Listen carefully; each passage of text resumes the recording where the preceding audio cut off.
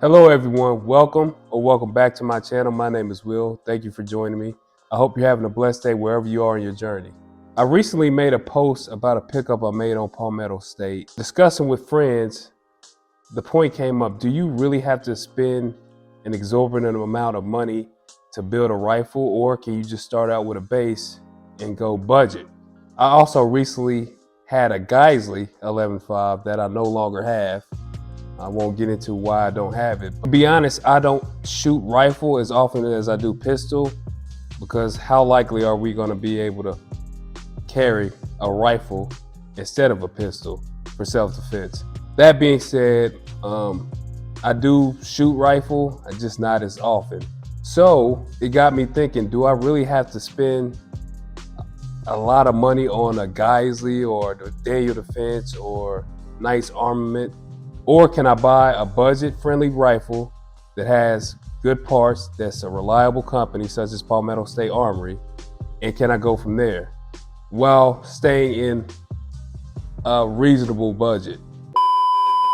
Please like, share, and subscribe if you find any value from this video or any of my other videos as well.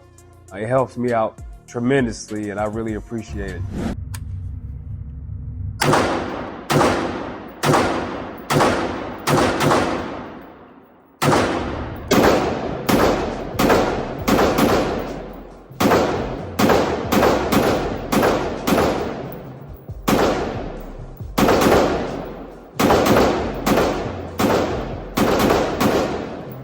As I mentioned, I did a couple of shorts about my rifle build. This will be my general purpose rifle. It is kind of addictive once you start down the path of building your own rifle. I didn't want to spend a lot of money, but as you continue to build, the price and cost will continue to go up, unfortunately. It's 11.5. Palmetto State usually runs deals on all of their rifles year round.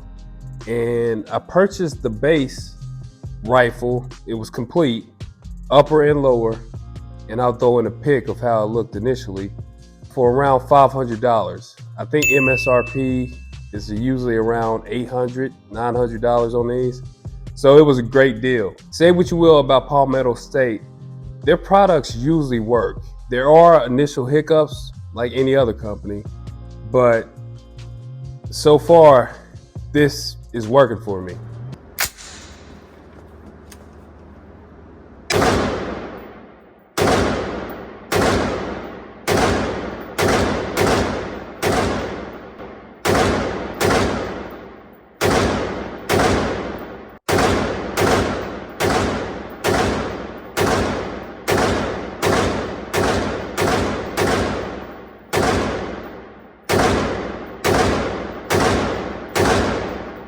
The first thing I did, I changed the grip immediately. That A2 grip is angled and it's kind of too aggressive. So I changed that out. That's a mag pull. And I'll throw in clips of the exact prices. I'm just going off top of my brain.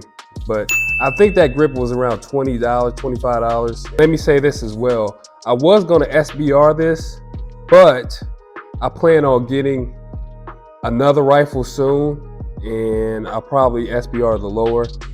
I got a Magpul stock, the CTR stock, or PTR, CTR, I can't remember. I got a stock for that a while ago. I bought it because it was on sale. Magpul was having an annual sale and I bought it for a discounted price. But in the future, it'll go on one of my SBR rifles or a 14.5. I decided to get an SB Tactical brace. The brace that came with the rifle was super uncomfortable. I mean, you couldn't even shoulder it. To me, this is the best one. It feels the most comfortable. It's not as comfortable as a stock, but it works.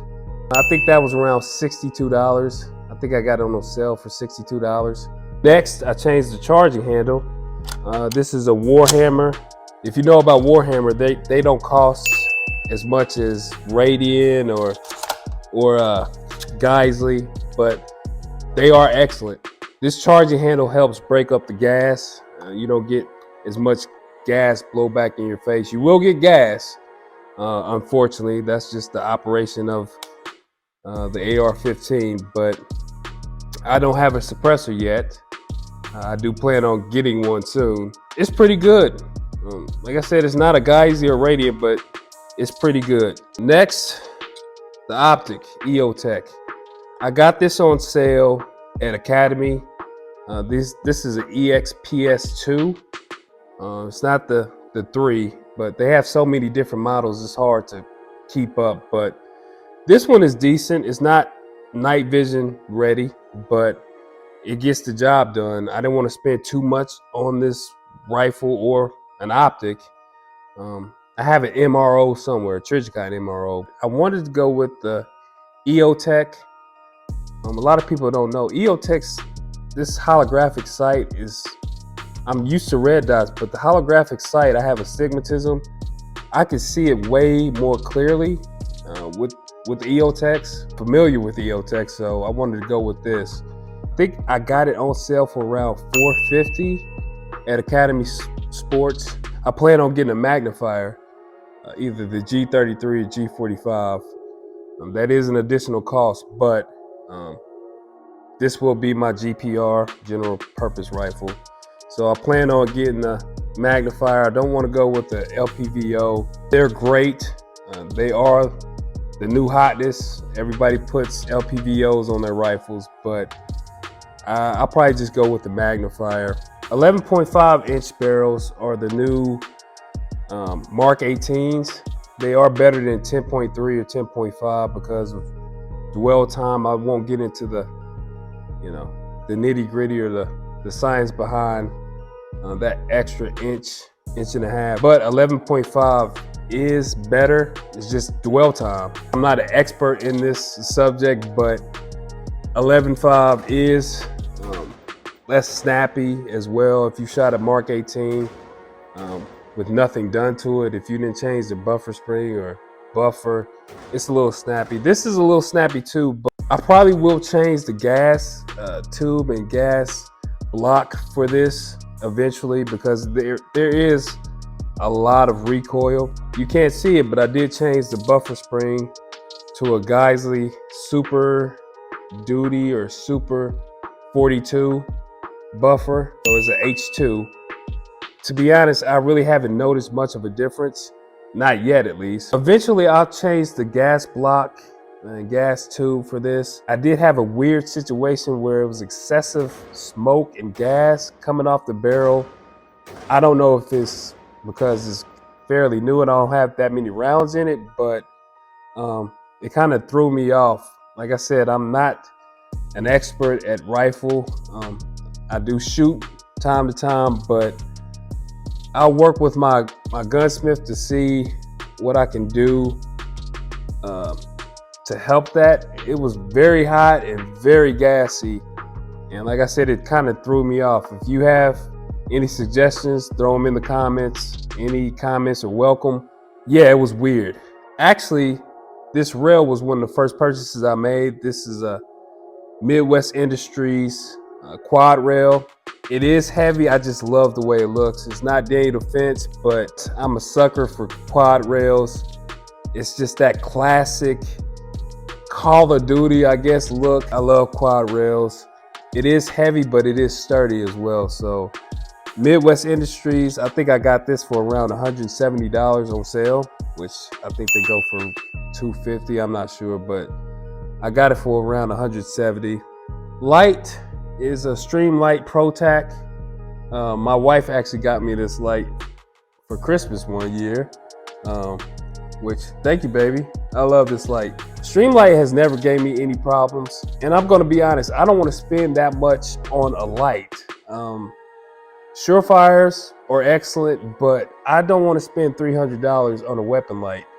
And for what you get and the quality on this Streamlight, it's, to me, I'm not gonna say it's the same, but I don't see any problems with it. And like I said, Streamlight has never gave me any issues with any of my options on my pistols. So I'm using Streamlight switch.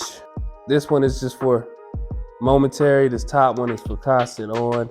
It works. It looks a little cheap, but I don't care. I'm trying to keep this as budget friendly as possible. If it works, it works. Next is this BCM hand stop. I do have an emissary development hand stop on the way, but this BCM hand stop, I think I got it for like $20. BCM is great. Next, I guess I gotta go back. I have an Arisaka mount for Picatinny. I can't remember how much I spent on that, but as far as mounting, Arisaka is probably number one as far as a solution. So I'll pop in the price. I just can't remember how much I paid for it. That's pretty much what I've done so far with this build. I think total, I added up everything minus the weapon light. I think altogether I spent $1,515. I do want to do more. I'm going to get a suppressor. I really want to flow through like a Hux Works. I just hate gas in my face. I already have asthma, so the less lead in my lungs, the better. I probably will. I have been looking at the Otter Creek glass Polonium K or Polonium. They are budget, and I hear great things about them. You don't get that much gas blowback in your face, and I think they cost around $500, but finding them will be the issue. I probably will get the Polonium just to keep it within. I don't want to spend too much, and plus, like I said, I'm looking at other options as well. I probably will change the safety. It's a mil-spec safety. It was kind of stiff at first. Now it's starting to get kind of positive, I guess. I probably will change the safety selector to Radian.